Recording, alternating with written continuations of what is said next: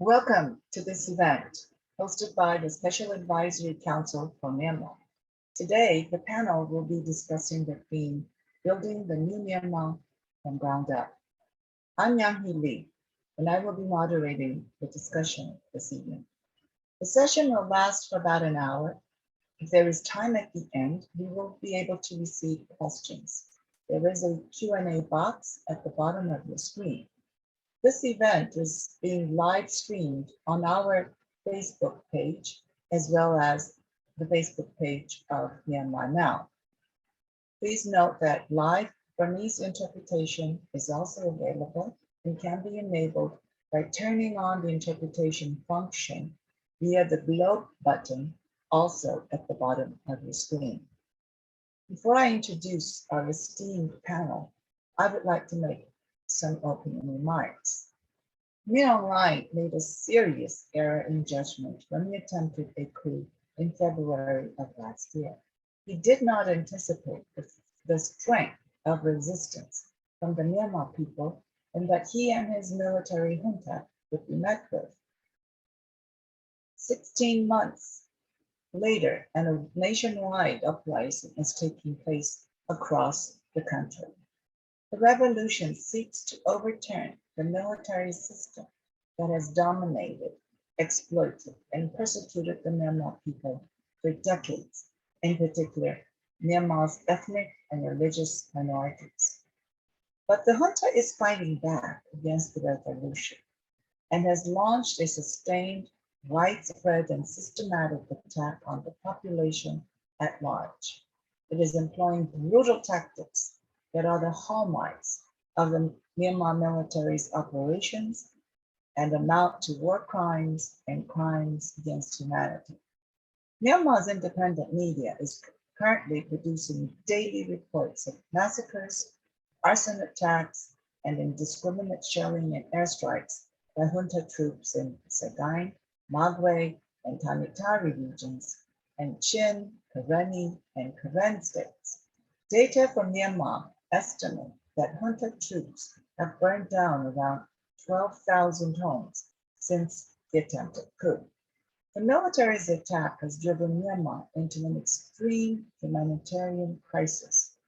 The UN estimates that 500,000 people have been displaced in Myanmar since the attempted coup, and that 14 million people are now in need of humanitarian assistance.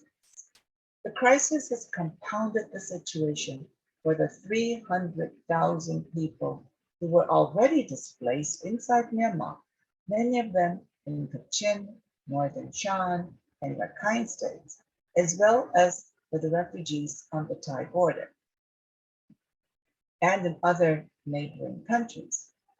And we cannot forget the 1.1 million Rohingya refugees confined to camps in Bangladesh.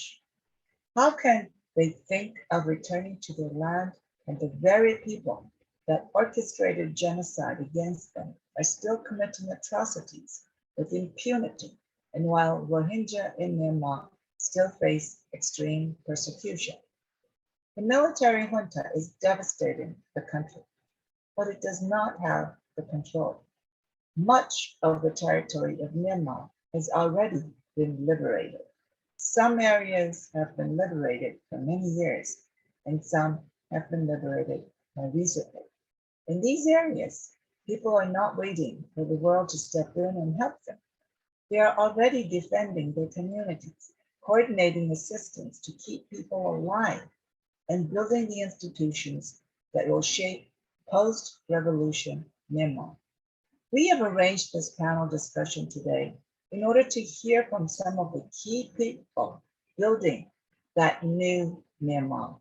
We're extremely honored to be joined by His Excellency Dua Shala, Acting President of Myanmar.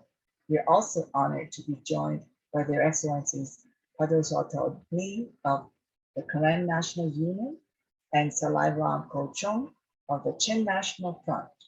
Their respective organizations have long held extensive territory on Myanmar's eastern and western borders and provide government services to the populations there. Finally, we also hope to hear from a representative of the Mandat People's Administration Committee. There are now many so-called people's administrations forming in areas across Myanmar that are liberated from the junta. As can be expected, the internet is not stable inside the country. So we are hoping that our dear friend can join us. If not, we have a pre-recorded segment for this piece for tonight. Welcome to you all. Let me give the floor now to His Excellency Dua Shila to share with us the priorities and challenges for the National Unity Government as it looks to build new political and administrative structures in Myanmar during this unprecedented crisis. Mr. President, the floor is yours.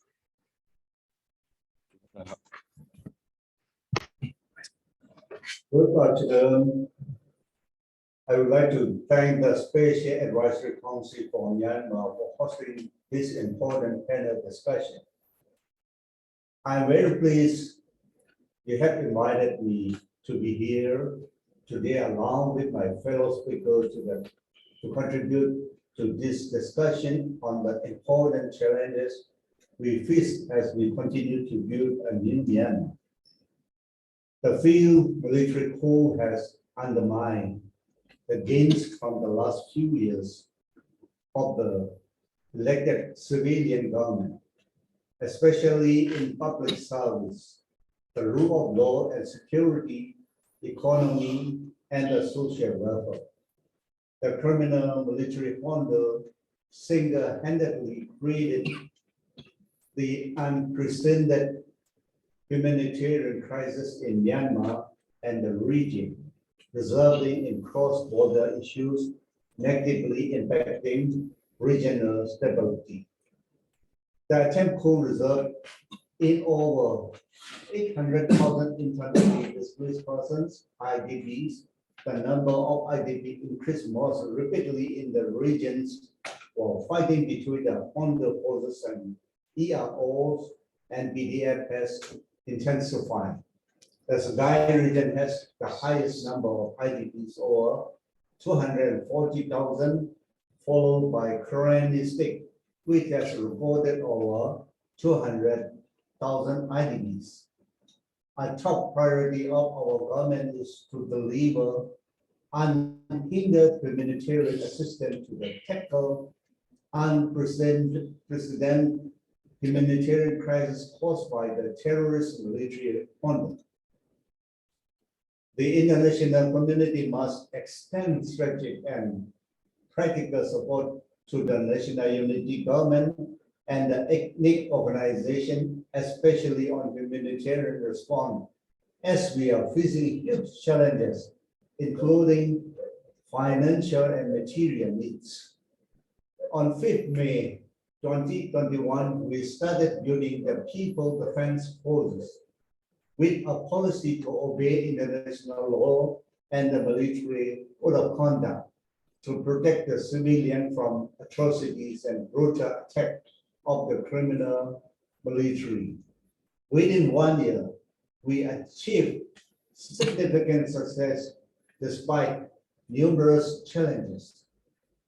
All our collective resistance forces, BDFs, combined with the ethnic resistance forces, are controlling close to 50% of the country's area.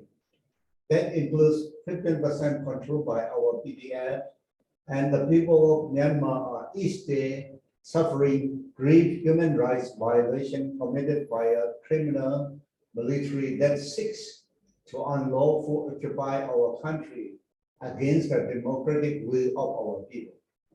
Our people have been bravely resisting and defending themselves. We have established local administration in 36 townships and appointed judges in 15 townships in central Myanmar. This is just a start. We are also in the process of building more local administration across the country, including health, education, humanitarian, and justice services. This local administration takes different forms depending on the location, but they are all part of a coordinated system and united front to serve the people and oppose the honor. The NUG works with the National Unity Consultative Council and the CRDs and State Consultative Council, which all have representation from various important members of the resistance. We are always striving for greater unity and recognize that is center for the success of our cause. We cannot return to Myanmar military manipulation of undemocratic legal framework, such as the 2008 Constitution and countless oppressive laws like the 1982 Citizenship Law, among others, which have trapped Myanmar in endless cycles of violence and division for more than 20 years. For the first time in our history, we will create genuinely inclusive federal system, united in all the peoples of our country. On the road to that important achievement, we must also tackle the complex transition issues.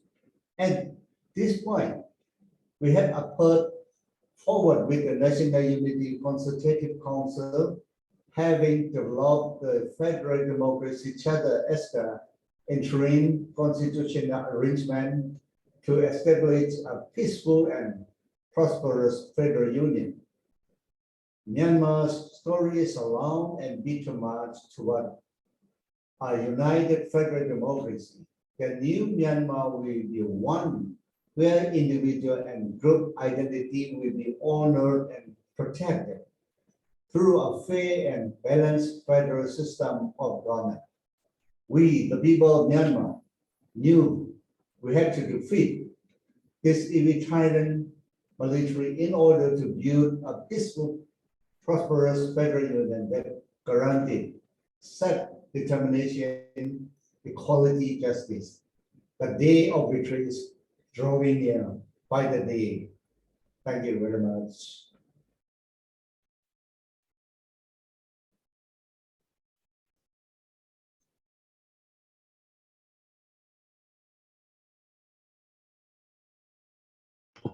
Thank you very much. Thank you very much, Your Excellency. This was a very comprehensive report of at a national level on what the NUG is doing to support the establishment of new political and administrative structures. And you've discussed some of the priorities, the challenges, and you've shared with us the vision for the future. But may I ask you, Your Excellency, is it possible to estimate how much destruction has been caused by the military junta?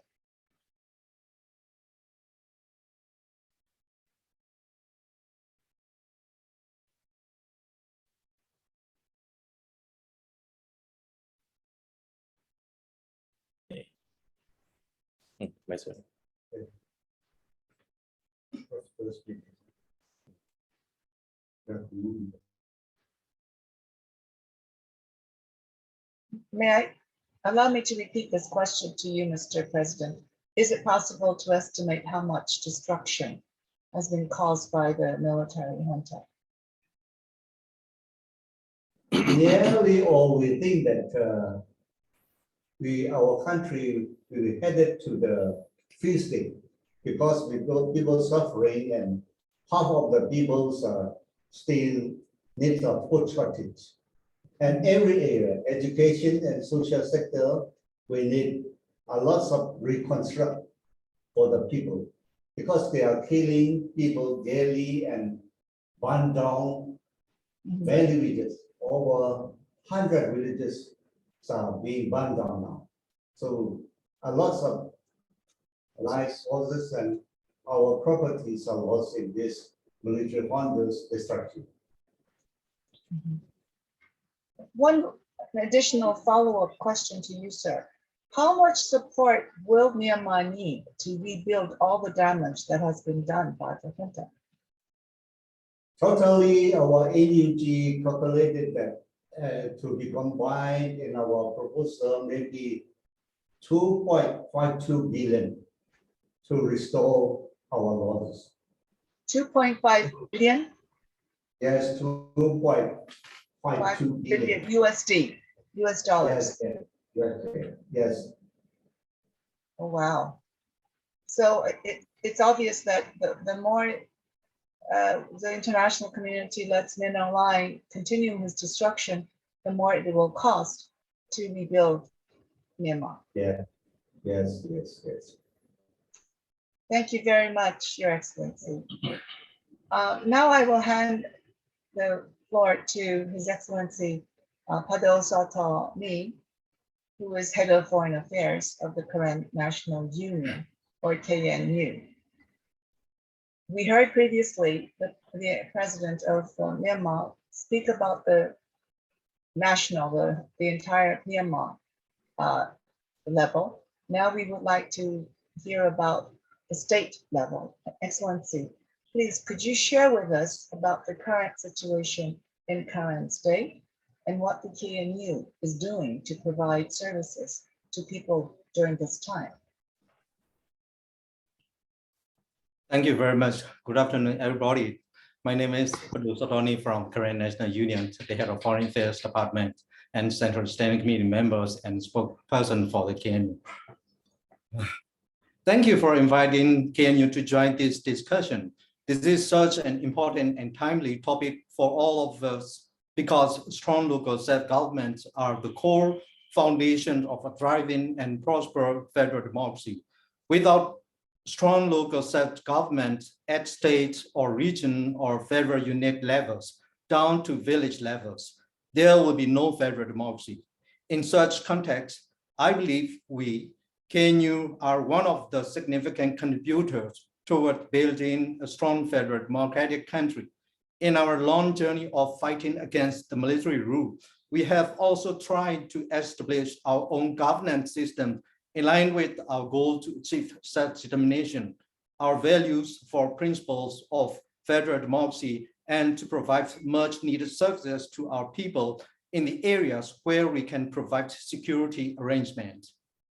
Today, our administration is actively functioning in current majority population living not only in current state, but also in Mon, Bago, and Nendai sub-nation areas. KNU's administered areas are structured in 25 townships in 7 districts. KNU's civilian leaders from village, township, district to the central levels are elected every 4 years by our people through township, district levels Congress and central level Congress. Township and district levels leaders are not appointed from the top, but elected by their own respective constituents. The administrative functions and decision-making authorities of KNU across our 7 districts are also decentralized in nature. We have 14 administrative departments, including education, health, agriculture, forestry, transportation, tax and revenue, and of course, my department, Foreign Affairs. For a complete list, you can check our official website.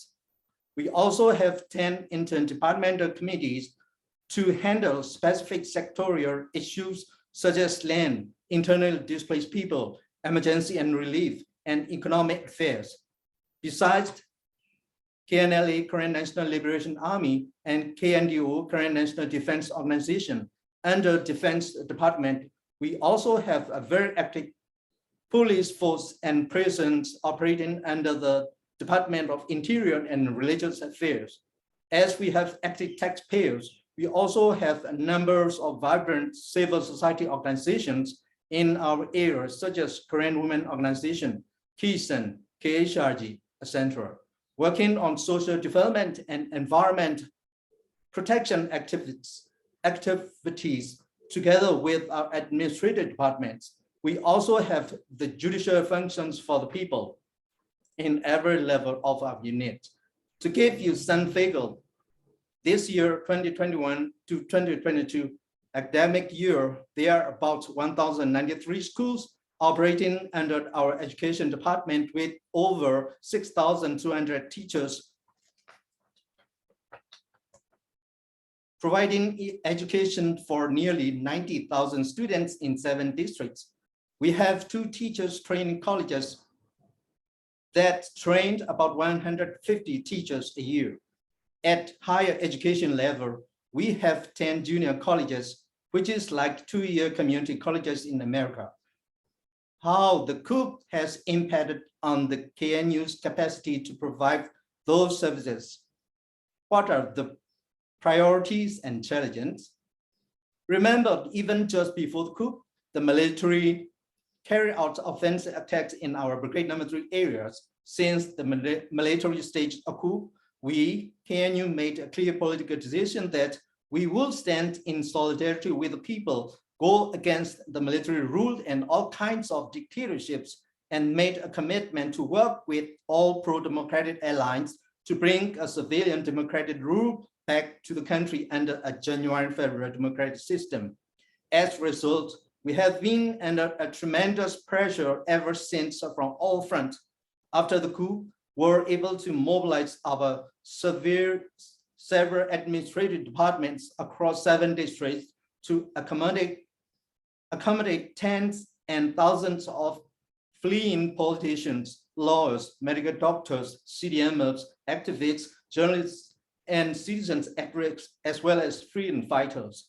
We've all seen a significant increase in school enrollment in KNU administered area following the COVID pandemic and the coup. The number of enrollments of teachers training colleges has also increased sharply. A number of SEC civil servants have left in what we call mixed control areas. Many of those mixed control areas used to be under KNU, but the previous regime took advantage of ceasefire and aggressive measures to expand their administration in KNU area. Now, many of those areas are back to our hands. There is a critical need to provide much needed public services in those areas.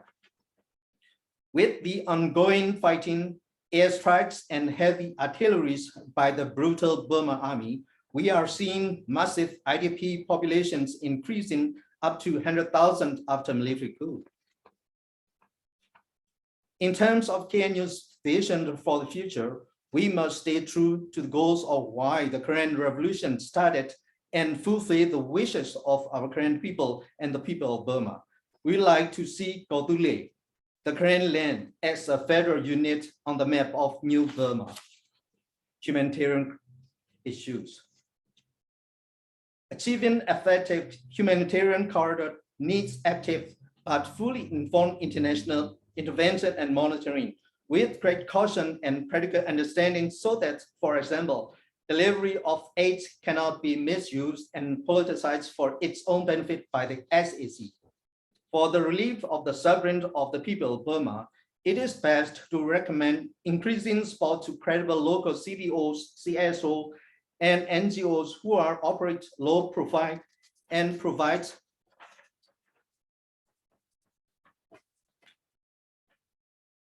them with resources to allow them to expand their activity using existing informal humanitarian channels.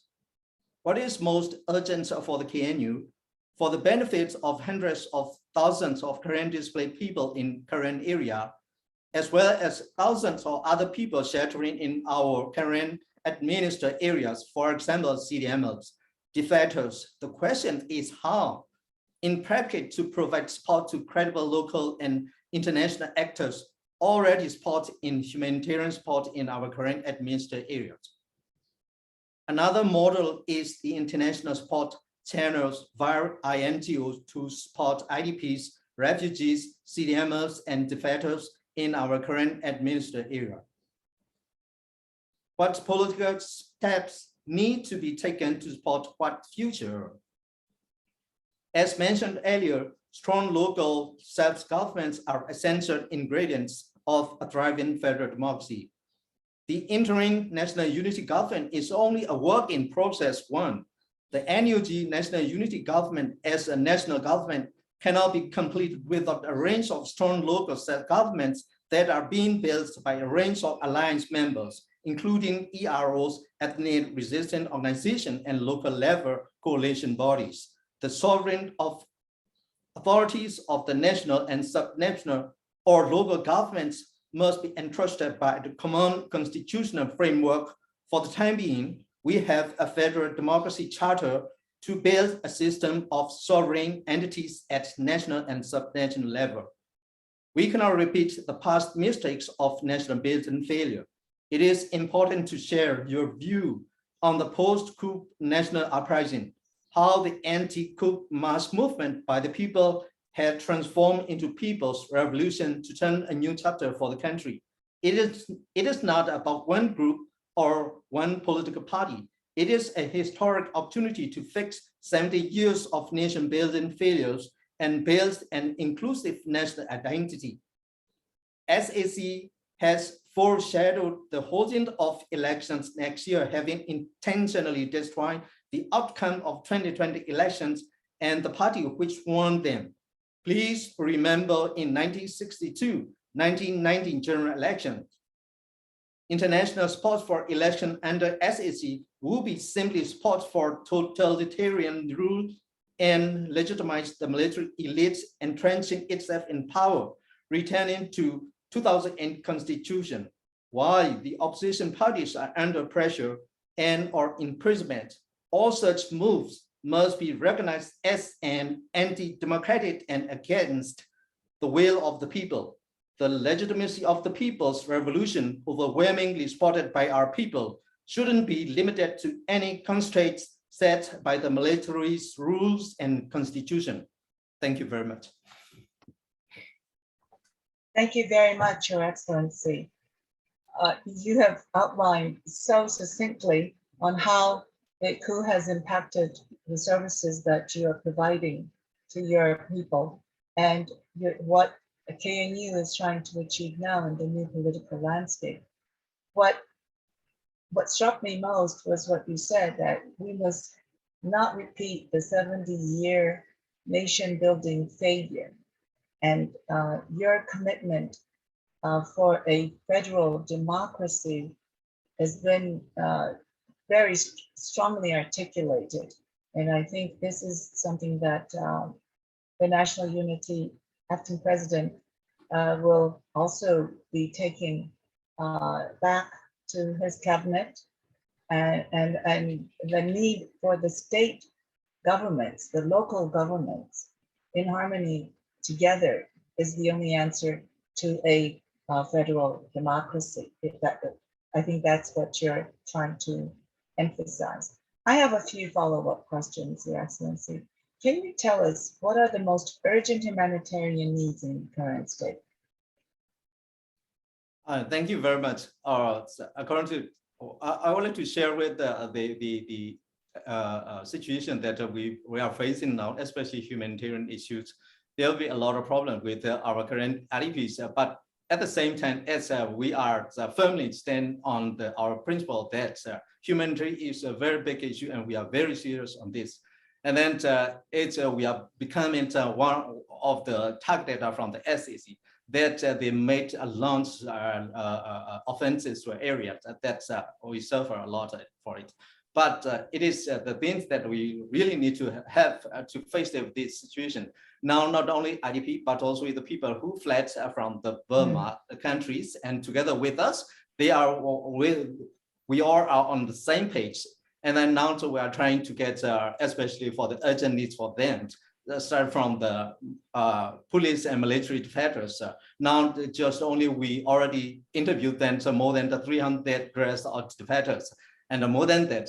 And also in the same time, like civilian CMOs from all walks, like 5,000 and more in our areas. And then and that one of the last categories of the people we call the POW, prisoners of war, is the things that we need to think about for them, because now more and more the SAD soldiers surrender to our troops more and more whenever the fighting happens. This also we are find out the solution, how to deal with this solution, but it is a very big issue for us. It's we have to shoulder many things of the challenges now, but we understand that we are not alone. We are together with international communities. Whenever we have a channel like our humanitarian assistance, and then like assistance mechanism that's not efficiently in right now. But we do believe that in any way, as I mentioned, that we already have the existing mechanism that our CVOs, CSOs working together with the NGOs in low profile with that existing mechanism that we would like to strengthen. We would like to request to the international community that please strengthen this mechanism so that it could be really to reach out to our need people. This is the things that we like to focus on these issues. And then one of the things that are second one of building the kinship. Now we don't want to repeat history again, because we are trying hard for it in our struggle. This is not the first time since 1962 and 1984, 88. The people from Burma, they fled to our area, and then we set them on the humanitarian ground, so this is the things that we need to firmly stand on it. At the same time, whatever now we are building, we are aiming at to build a federal democratic country. The local level of the regional level, like our local administration, it's very important. So we really need to make strengthen the state level, the local level, so that the federal level can be solid in our future federal union. So this is a very important thing for us. Since we are deeply committed, and then we are very actively participated in the peace process in the past 5 and 6 years ago with the previous government and the military. We really focus on these issues, and we proposed of the strengthened of the state level first, and then towards to federal level. This is the things that we are now practicing in our area, practicing democratic practice at the same time federal unit that we are now working together in our area. So this is now we are welcome to come and share and then study and observe of our current situation that we are doing now. We do believe that when at the end of the day, the military defeats and that we wins at the end of the day, and work together, and we aim at a federal democratic country. There will be soon. Thank you very much. Thank you. Just one very quick last question to you. Can you tell us why KNU has refused to join the Min Aung Hlaing's peace talks?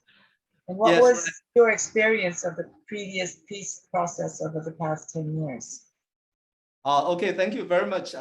Yes, whenever we have a long journey of our struggle since 1949, we don't have any kind of the situation that dealing with the peace process on the table. So after 60 years, we kind of in the President Thein period, and then we reach a bilateral agreement, then ceasefire agreement in nationwide level, and then started a political dialogue. Yes, we have a lot of challenge among debates and then criticism from our own people and among our organization also. But we do believe that this is the one thing that we need to deal with it, because we went in for 60 years.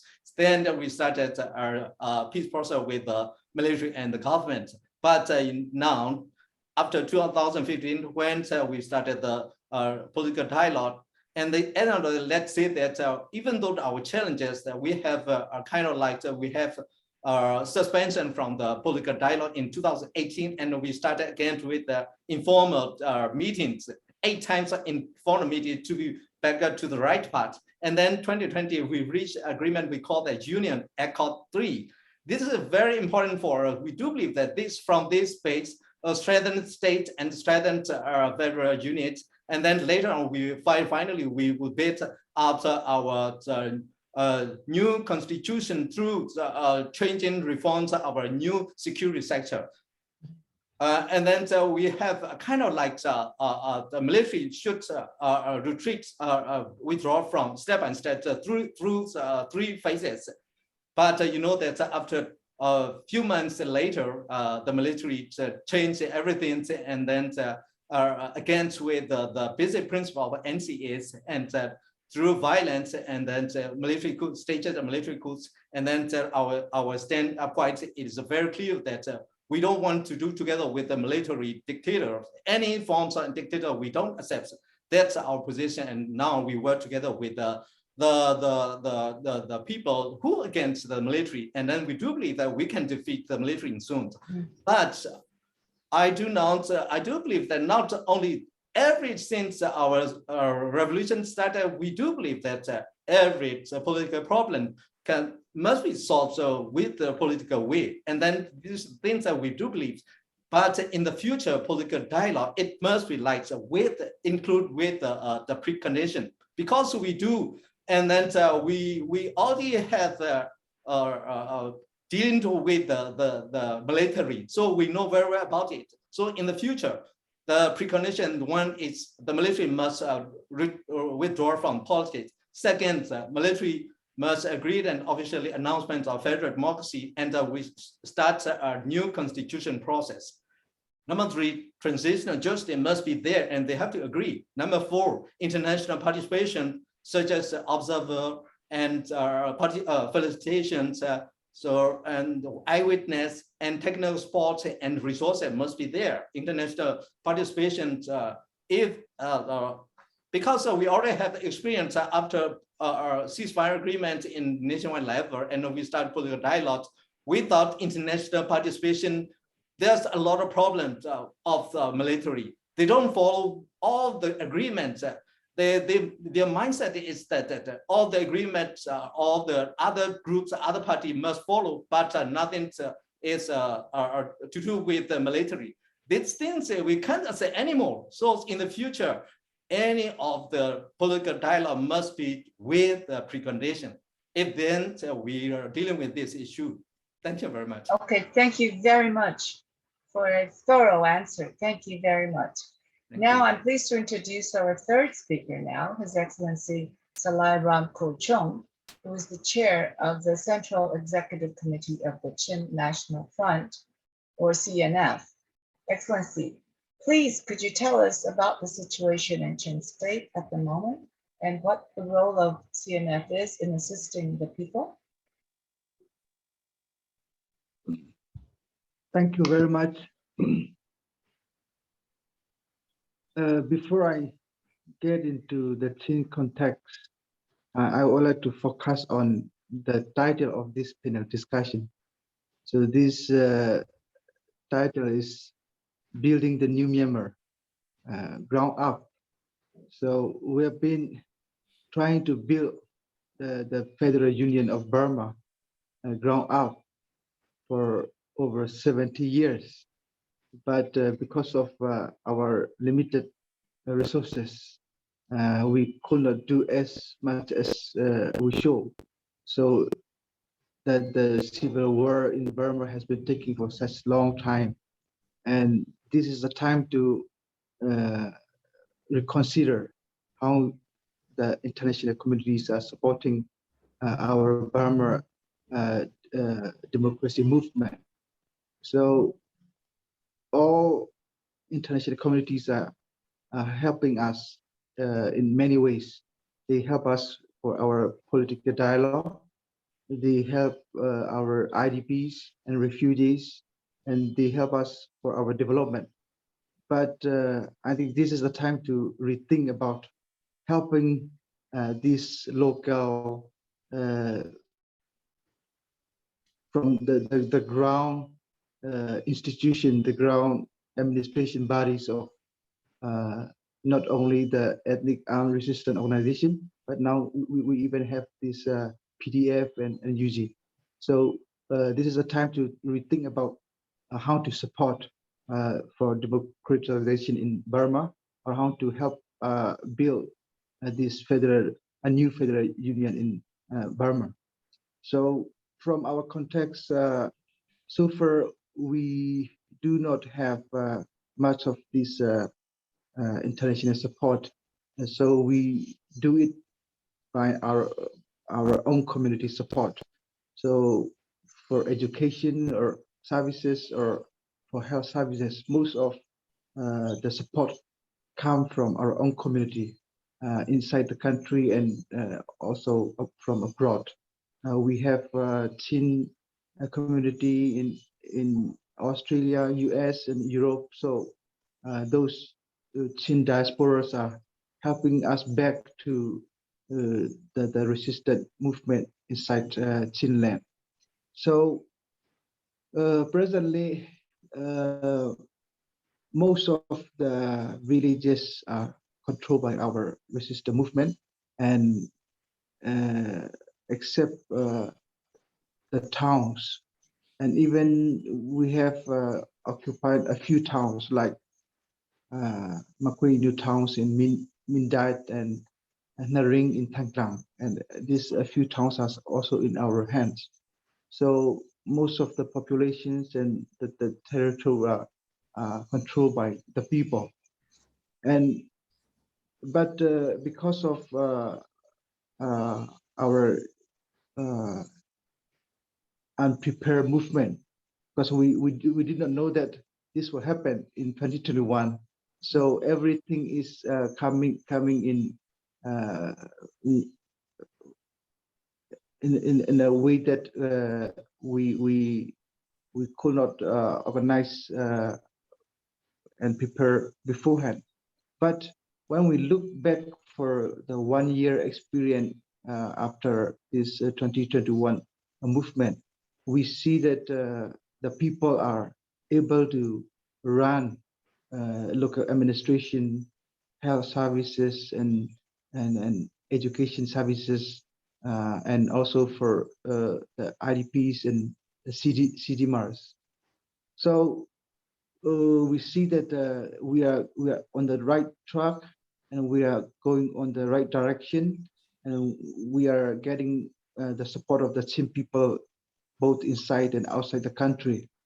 So we see that we are getting better after 1 year, and we're now moving toward building a strong institution in coming years. So like hospital, now within 1 year we could have several clinics and hospital, and even we could do major operation by ourselves. So this is a great development we see in health services in this 1 year, but we still have to work harder, because we also need to give vaccination for children under 5 years old. So there are challenges that we still face in these health services. And in education, yeah, we start to do it our own schooling, but of course we have challenges for the education system for the entire Chinland, because this movement is starting with our own local development. So we have to connect all these local institutions and try to have a stronger and inclusive system for the whole Chinland. And so far we have our Chin community support from abroad for IDPs and CDMRs for 1 year, and I hope this can continue for another 1 or 2 years. It will not be for, I think it will not be easy for another 5 or 10 years. So we want to see what can we do with a change without any delay. So in most of the Chin State and Magway, Zakai, and Arakan State, the western part of the Burma western region, and also like Karen or Kachin or Karenni and Shan states are well controlled by the people. But in cities like Rangoon or Mandalay or in big cities, they seems like living in a normal life for a few population in cities.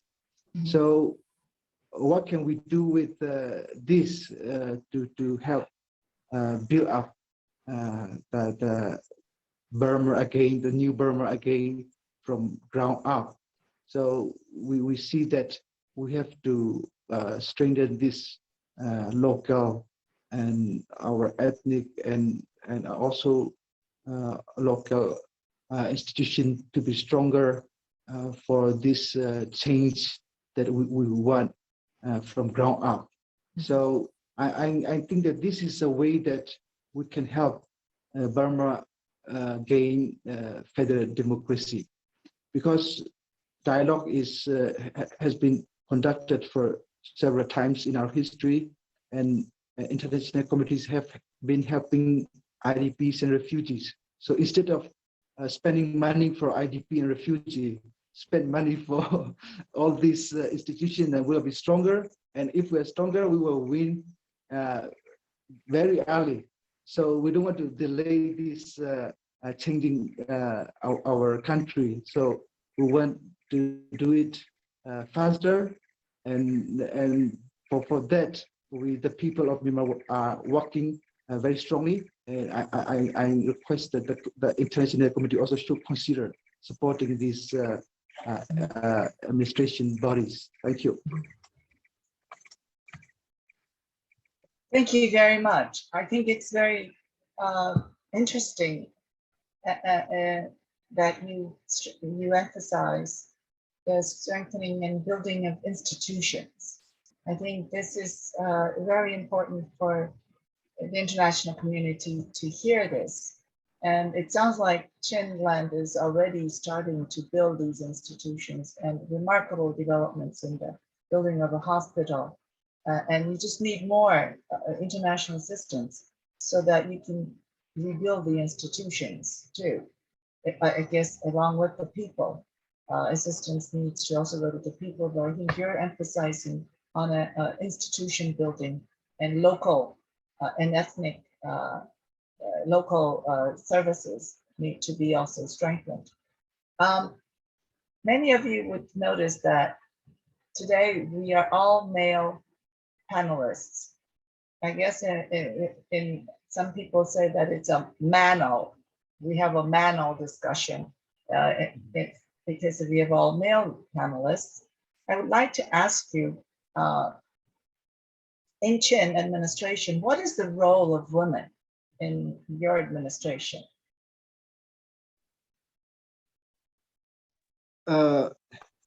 It is not only about the Chin context, but it is, I think, that the issue with undeveloped countries.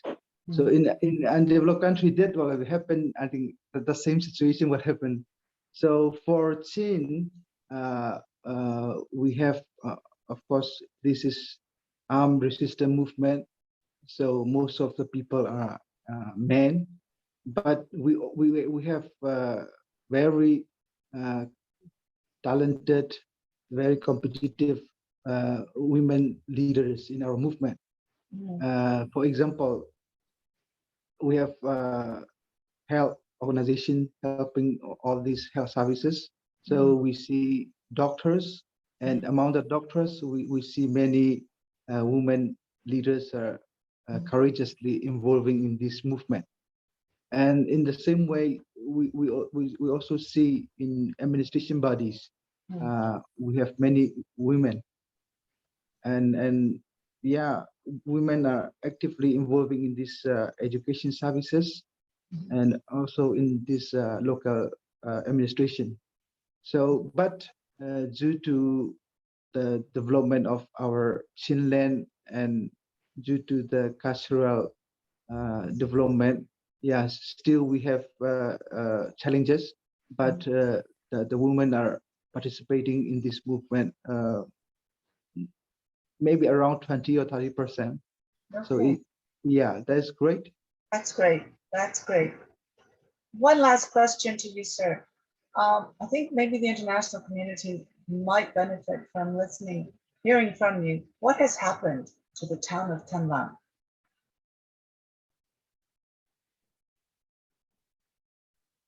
It is said that we do not want to see this kind of things happening in our life, but this is a civil war.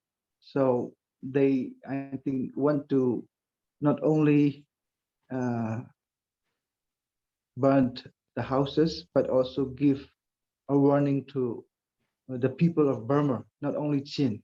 It is just a starting point that they are showing that if we resist, this thing will happen. So Tang Tang is, I think, the only town that has been burned down, and all the people fled in the history of Burma. I think I have never heard. Of course, they have burned many villages, throughout our resistance movement in Karen or Shan or other places. But burning the town is, I think, a story that was forever. They have burned down thousands of houses and taken all the things from the town. So, and all the people have fled from the town. And of course, not many people are dying in that incident. Only a few are killed. But even that we see that the story of Tang Tang has been marked in this movement. So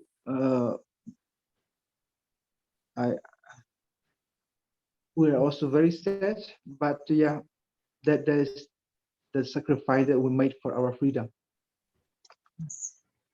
Thank you very much for sharing that with us. That's such a big sacrifice that no one has to make.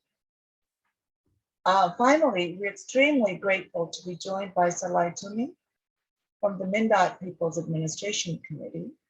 Mindat was one of the first towns to establish a people's administration after the community forced the military junta out, but it continues to come under heavy attack. Dear friend, please, can you tell us about the Mindat People's Administration, what it is trying to achieve and how it is operating in this time of serious crisis? I understand you're able to join us. The internet service may not be so good, so we'll give it a try. You have the floor. Thank you, everyone. Good afternoon, everyone. Minglaba. His Excellency Duwale Shila, Acting President of National Unity Government of Myanmar, former UN Special Reporter of Myanmar, Ms. Aung Hlaing, Mr. Patuso Tony, Head of Foreign Affairs of the Korean National Union, Mr. Ram Kwal Chung, Chair of Central Executive Committee of Chin National Front, and other distinguished guests. It is my honor to speak to you in this dark chapter, yet hopeful time in the making of New Burma. My name is Lai Yo Mang, First Secretary of Mindat Township People's Administrative Committee, or Mindat PAC. I also go by the name Lai to me with media as tribute to the Chin traditional hunting to me muskets that we are using to bring down the military junta. Mindat Township People's Administrative Committee was formed on February 22, 2021, based on the direction of CRPH, Committee representing Pidong Sulhoto. And Mindat Township People's Administrative Committee was formed by various activists from different walks of life who did not accept the coup. And initially, we formed the Mindat PAC to reject and counter SAC by urging people not to cooperate with SAC, as well as to issue counter statements that SAC is illegal and Chin people will govern themselves with existing Chin Act and Chin Hill Regulation Act that appropriate with our Chin customs and practices, while completely denouncing the legitimacy of SAC.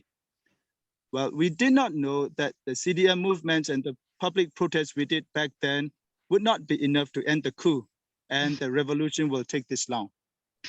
At the same time, our activities were limited since the military and police were quite powerful in town back then. After two intense battles between CDF Mindat and SAC troops between April and May 2021, everyone had to abandon the town by the end of May 2021. The entire town's population became refugees in nearby villages overnight. But on the other hand, we were able to travel around the countryside freely and began to form Mindat Township People's Administrative again in July 2021. That time, we took the initiative to organize a more active Mindat PAC that is all inclusive from bottom up, covering the entire township. So in addition to the town itself, there are 9 administrative units in Mindat Township. Each administrative unit is composed of different village groups, and each village group with different villages. So when we reorganized Mindat PAC in July 2021, we asked the villagers to elect one village head. The village heads will come together and elect a village group head. And finally, village group heads will elect an administrative unit leader in all administrative units in the township. That's how we formed Mindat PAC again from bottom up, covering the entire township. At the same time, we were able to organize different departments systematically to township level in order to stand up against the SAC, handle local public affairs, maintain local safety and stability, and to continue our support for CDF Mindat, Chin Defense Force Mindat. And thus, we have also organized the departments in Mindat PAC to different departments such as Health Department, Education Department, Finance Department, Judicial Department, Police Department, Agricultural and Food Department, Animal Husbandry Department, CDM Department, Public Affairs and IDP Department, News and Information Department, and finally, Audit Department.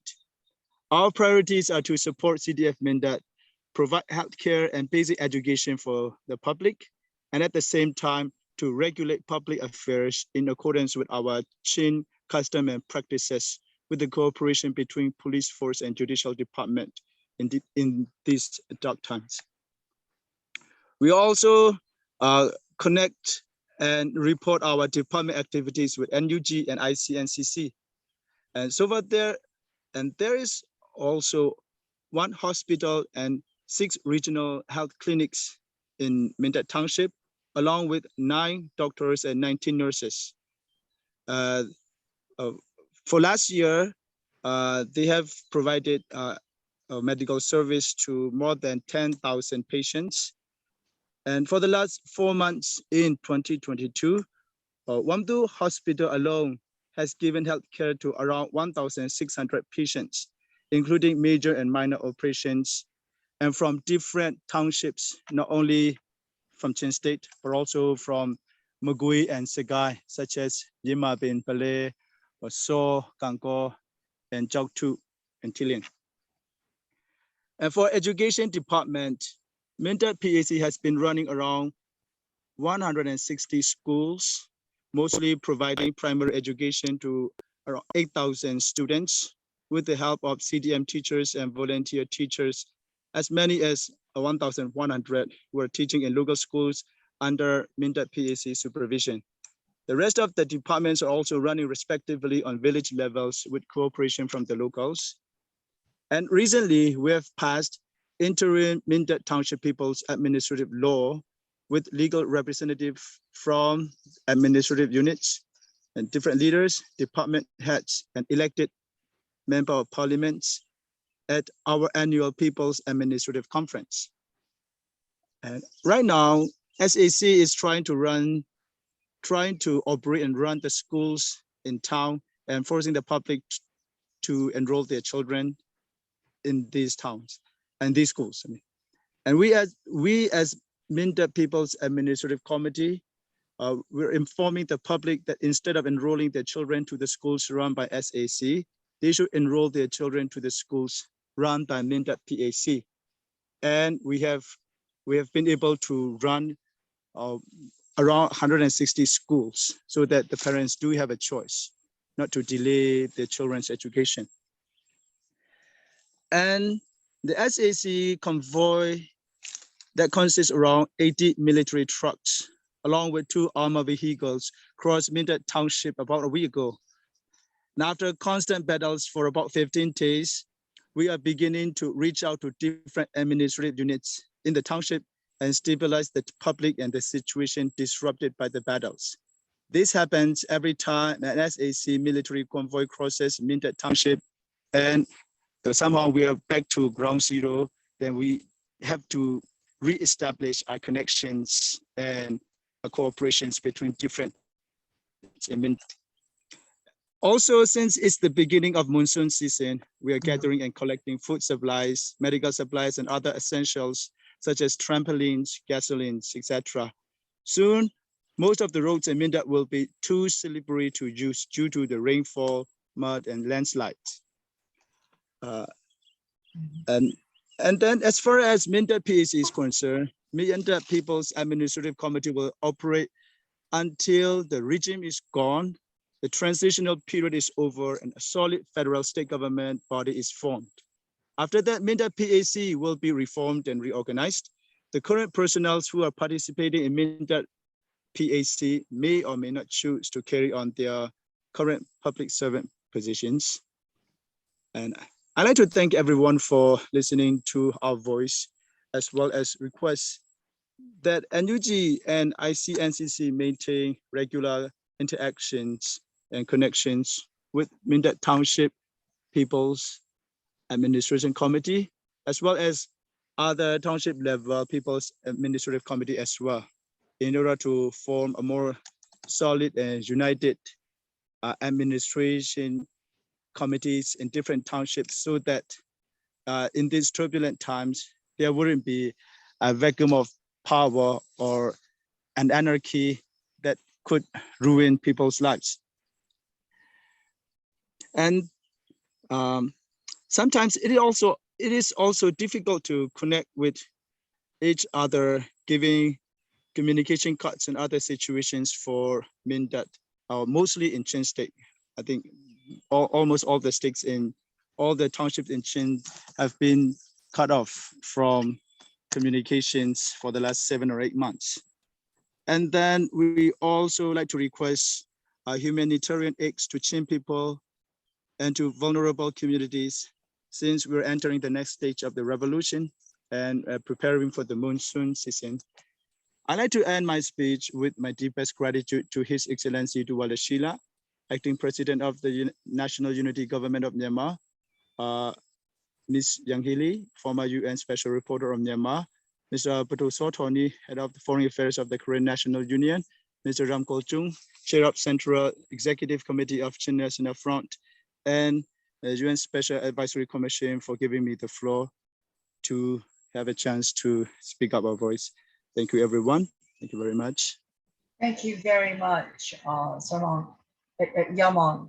I'm so glad to hear of the extensive work that the PAC is doing.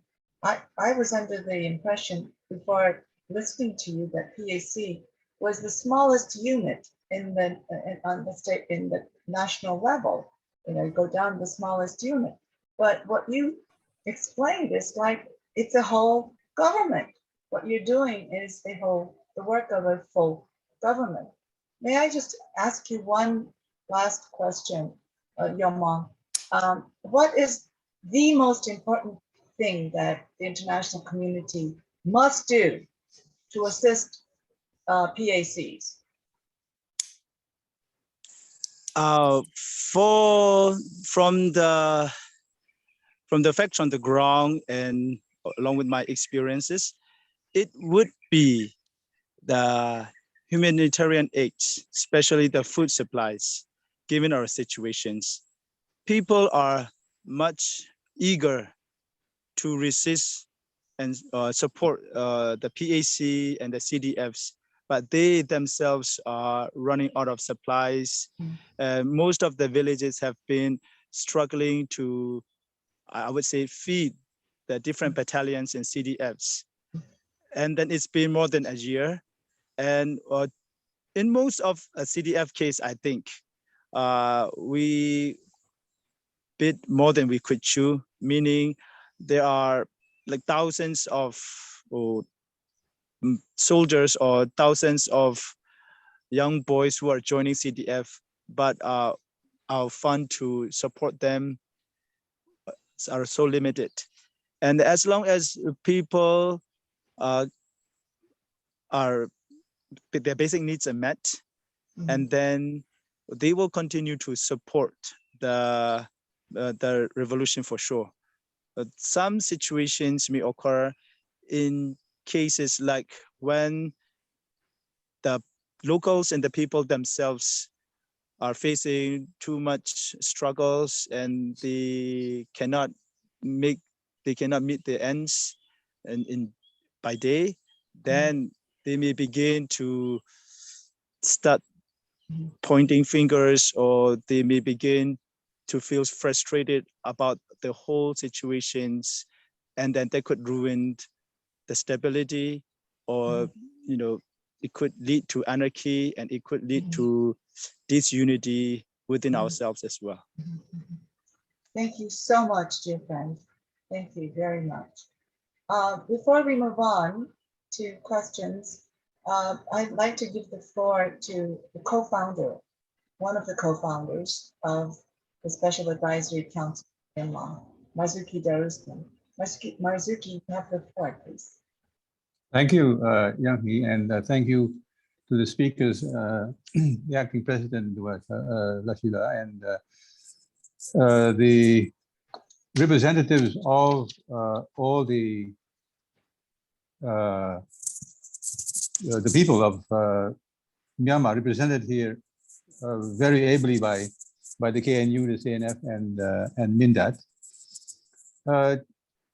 I'm made to understand that there's so many questions that have been raised to respond to the presentations that were given that reflect such optimism about the future in spite of the struggle and the difficulties and the challenges that that the country is now facing in its particular phase of its revolution to free the people from the yoke of suppression by the junta, perhaps more to the point by an illegal weaponized gang of people, and going out from what has been laid out in terms of constitutional base to move forward with transitional issues, the priorities, and the belief that this will soon be over. What has been laid out, I think, gives a very clear direction and a clear aspiration to work closely with the international community. This is precisely the aspects or dimensions of what is going on in the regions that need to be known much more by the international community. And therefore, perhaps we see this initial webinar as a start of a series of further webinars that will then develop the developmental themes that have been very clearly laid out by all the speakers with regard to what has been done so far on a parallel track, while having to address the assault by the junta. The people have also decided to do something about to rebuild the future from the ground up in a very grounded way that gives certainly that impression that the people are totally resolved in defeating the junta and to start addressing the rebuilding of the country. Now, I think that will be the overall theme, and that is that when the questions are being posed, that it will then be focused on how to share experiences and thoughts, how to go into this next transitional phase where the rebuilding of the country is put on a parallel track with the efforts to finally defeat the junta, but at the same time already focusing on what needs to be done as soon as the revolution is achieved in its objectives to build a federal democracy, a new Myanmar in the future. So the next webinars perhaps could then also feature speakers from the international community and institutions, so that much more is known about what is really happening in the regions, because to be true, in the truth, the source of legitimacy in Myanmar is with the regions, and therefore you are the source of political legitimacy in the country. So congratulations to all the speakers and to the people involved in rebuilding, starting to rebuild Myanmar from the ground up. And I think today we have heard what needs to be known much more by the international community, that there is great optimism that this will soon be over. The acting president has given a scale of what has been the scale of destruction in the past. It will be interesting to know the methodology, of course, as to how a scale has been put on the damage and destruction that has been done by the junta. And perhaps that will then be also a baseline for the international community to take part in the rebuilding of Myanmar. Thank you. Thank you very much, Marzuki. We have a few moments for questions from the audience, and I already have one question directed to CNF. Here's a question for you, Romko Chong. Almost 1/5 of the population of Chin State have fled their homes, with many people fleeing across the border to India. Have you been speaking to groups on the Indian side of the border about humanitarian assistance? And what would you like the Indian government to do to help relieve the suffering of the people in Chin State? Thank you very much for the question. India is our neighbor, so we have been communicating very closely, not only after this coup, even before the coup. So we have a good relationship, but as a sovereign country, they have their own policies. So there are things that they cannot go beyond their policies. So regarding this humanitarian support and other support, they have central policies and local support. So our neighbor state is Mizoram state of India.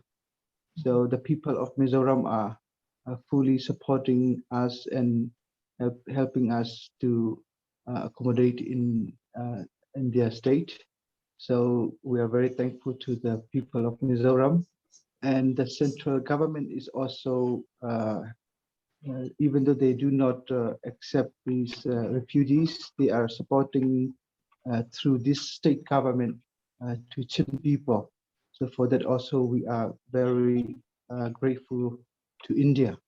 But we need more. So we are asking for the international access to Chin State. Not only Chin State, this can also be a channel for Sagaing and Magway, because this channel can be used for at least 3 or 4 states inside Burma. But if the policy doesn't allow for that option, what are the options that they can consider? Instead of allowing the international communities to come to us. So what about India? India itself can help us in many ways. So we want India to consider a policy that will allow international community to come and support us through Western region. And second, if it is not working at this moment, why don't India help us? India can help us. So we want to request India to also consider for this option. Thank you. Thank you very much. I have another question. Perhaps Podo Soto can answer this, because it was directed to, it wasn't directed to anyone in particular. The question is, how can we in international NGOs help you with documenting and gathering gathering evidence of violations and war crimes that can be used for justice in the future in Myanmar, and also at various processes outside Myanmar? Yes, thank you very much. This way, we can arrange all the people, especially the defectors. Some are the they admit that they they violate the human rights like that, and then they want to share with this situation. And then we have our JCC TJ committee, Transitional Justice Committee, and then this committee communicate with them and have a content at the interview this kind of the situation. And some are the people like I remember I am also that this mechanism also have a thing that have contact with these people and already interview these people for the violations of human rights so that they can do in the future for the justice, transitional justice like that.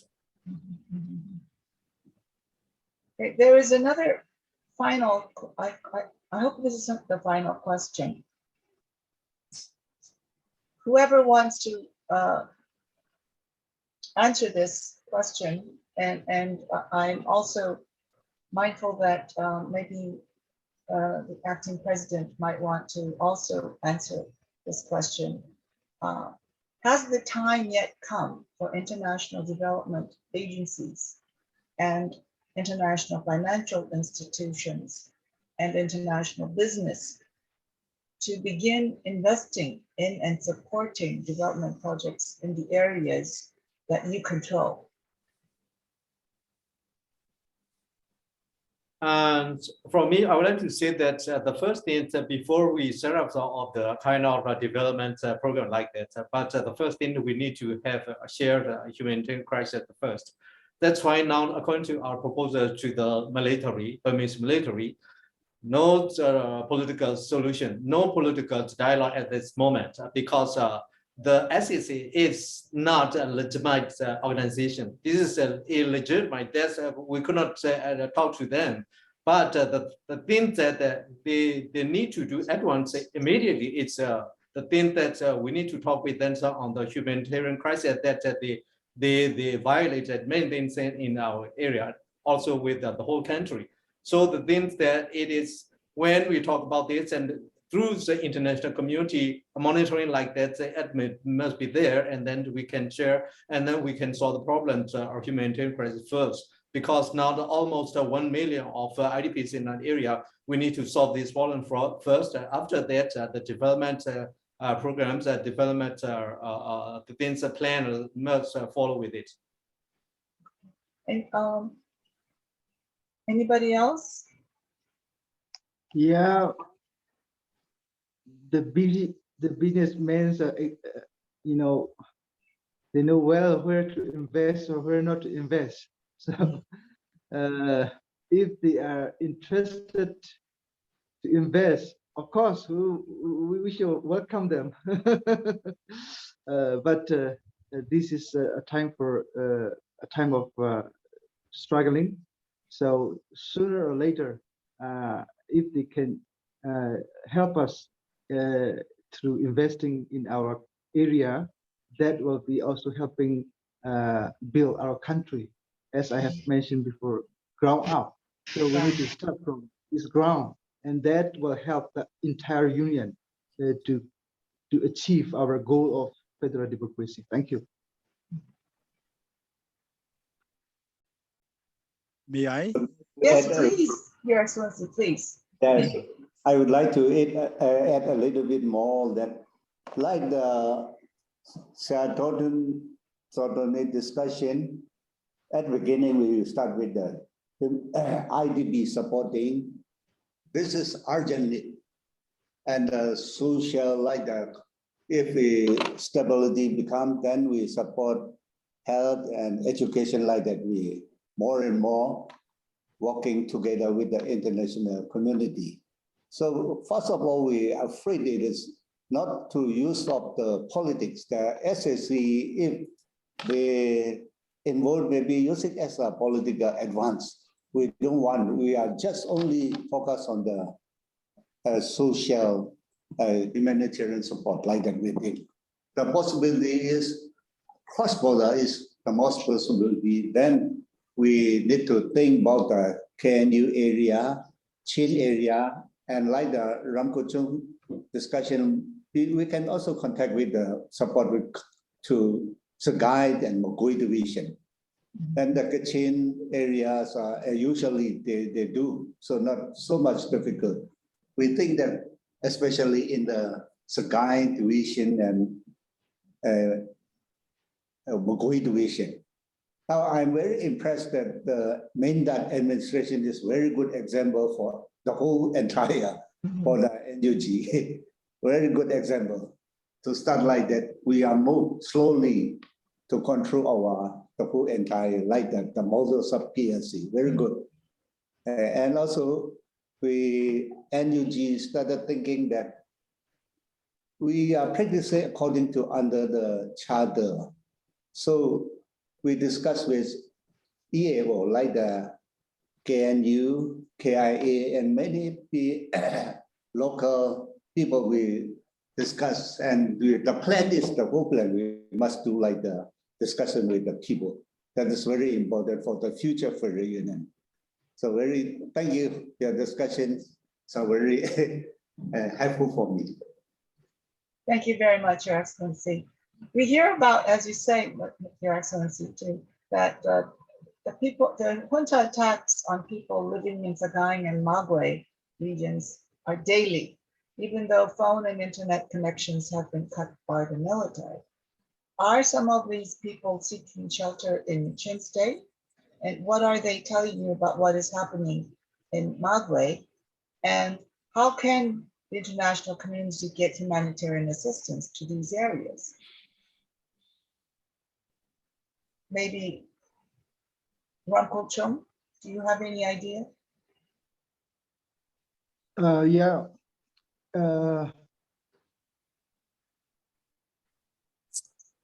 For this Magui and Zagai, they have nowhere to run because they do not live in border area. If they live in border area, they may run to India or Thailand or somewhere else.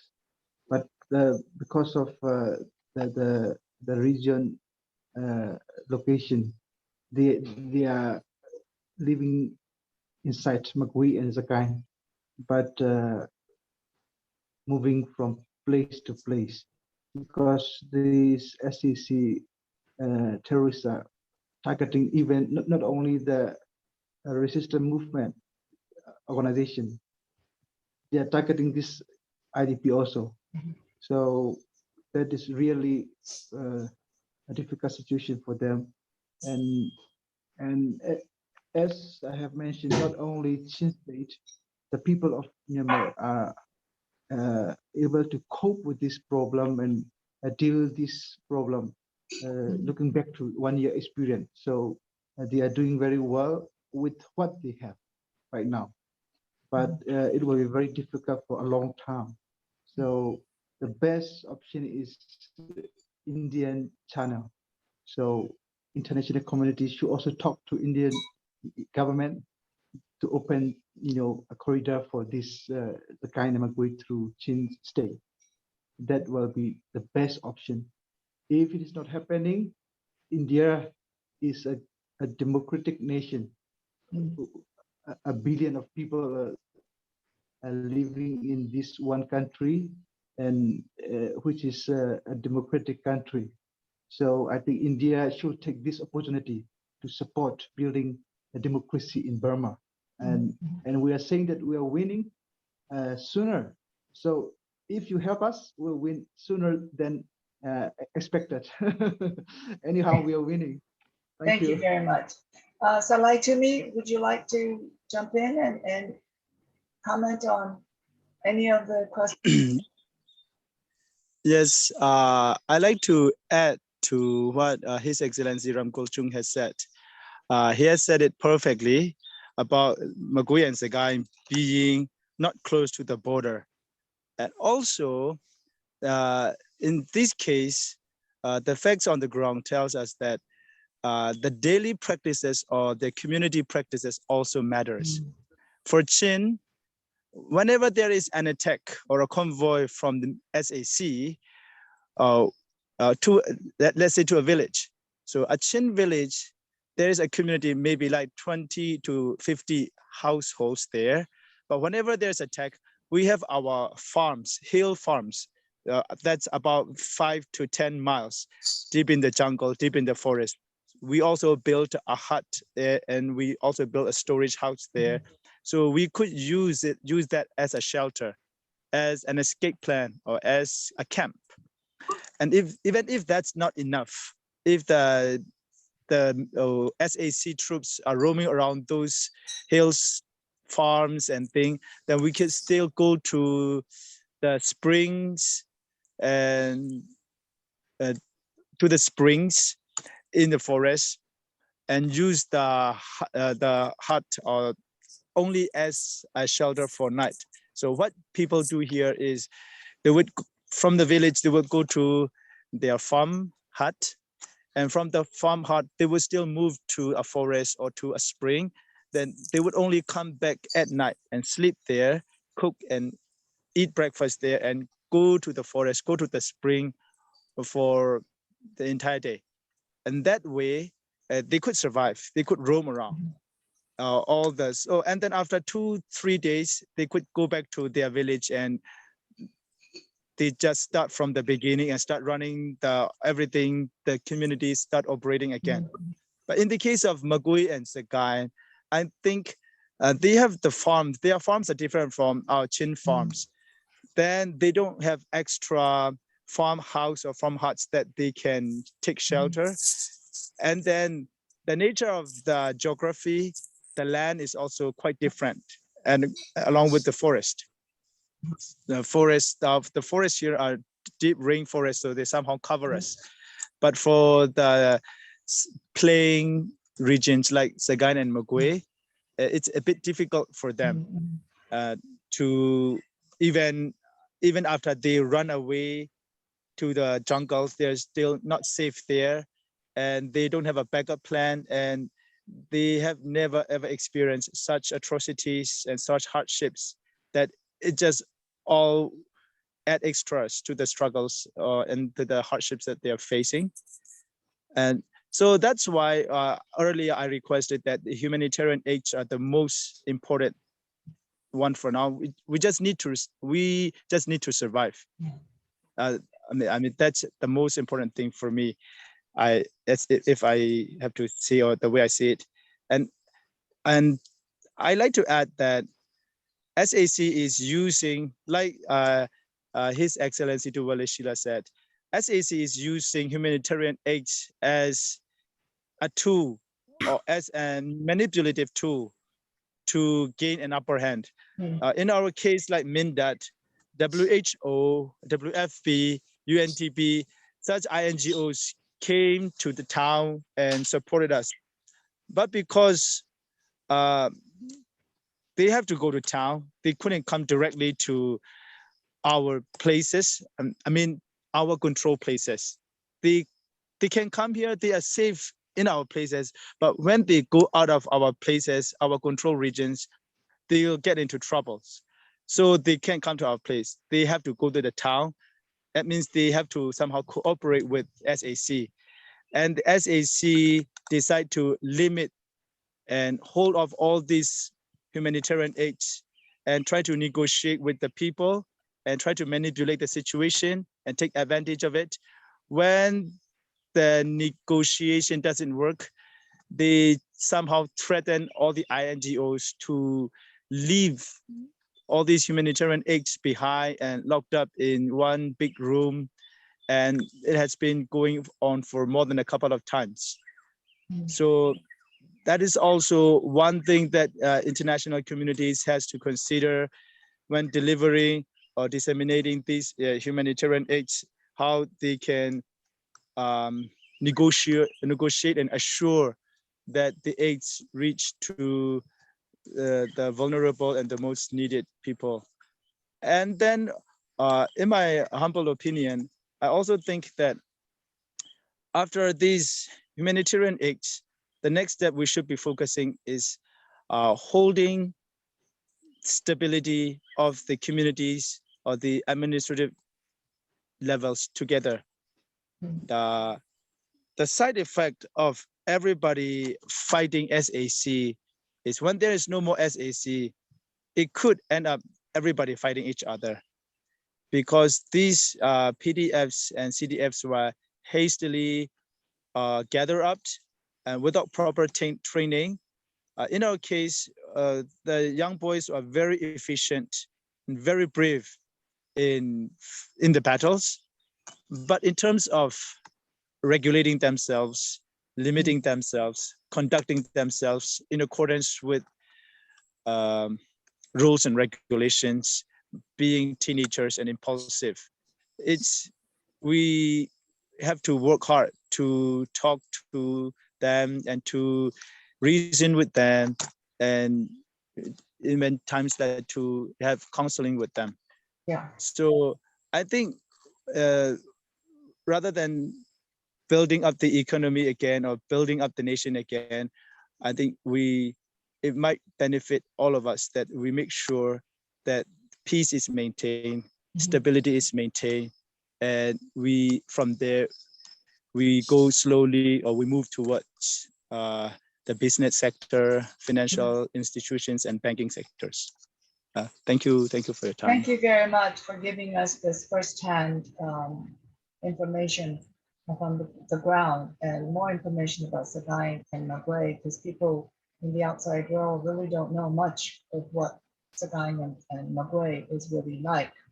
And thank you for pointing out to post-military, holding the people stable, and so that the building of the new Myanmar will be enhanced by the stability of the communities. Before we end, we've gone a little over time, but I would like to hand over to Your Excellency, Mr. President, if you have final words before we end today's panel. Thank you very much, SAC, our comrades, our SAC, and our great advisor. I'm very happy to cooperate with you. Today, finally, I would like to share my information. Don't hesitate to start. Don't delay to help our people, because we need to save people's life. And secondly, like the Rampochong is discussion, so please put some pressure on the India and Thai to help our people cross the border. That is very important. So it is urgent need now. So because the monsoon is coming, the people will come ill and suffering so much. So please help us and inform our situation to the international community. That is my final message to you. Thank you very much. I see you again and again to discuss like it more and more effective way. Thank you very much. Thank you very much. And Thank you very much to our esteemed panel for joining us today, and thank you also to our interpreter. SACAM plans to host more panel discussions in the future with key actors in Myanmar's democratic revolution, so that the international community can better understand what it is that the Myanmar people are striving to achieve and how they are doing it. It is our hope that better understanding will translate into meaningful support for the people and institutions that are already building the new Myanmar. Recently, if you just read the news headlines, and the news mostly that SAC, the military junta, is sending out to the international community, it seems like that they have the upper hand, and all the revolution, the democratic movement are terrorist groups.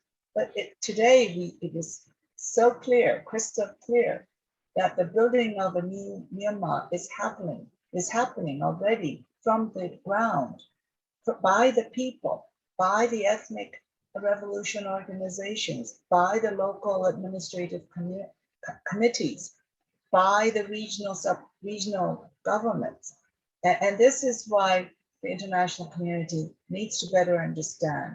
And I'd like to echo what the president had said: do not delay support, do not do not delay the support for the Myanmar people in achieving their common goal for a federal democratic Myanmar.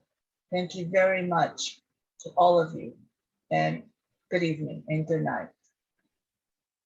Thank you very much.